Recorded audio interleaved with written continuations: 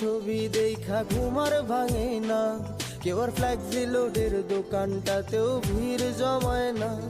এখন তারার মতো জলে নেবে কষ্টগুলারে, আমি গিটারের সুর সাথে লইয়া ভালোই আছি রে। রোজ রাইতে আমায় জোনাক পোকা কানে কানে কয়, তুই দেখাল রে ত্রিভুবনে কেউ তো কারো নয়। ও মাইয়া রে তুই অপরাধী রে।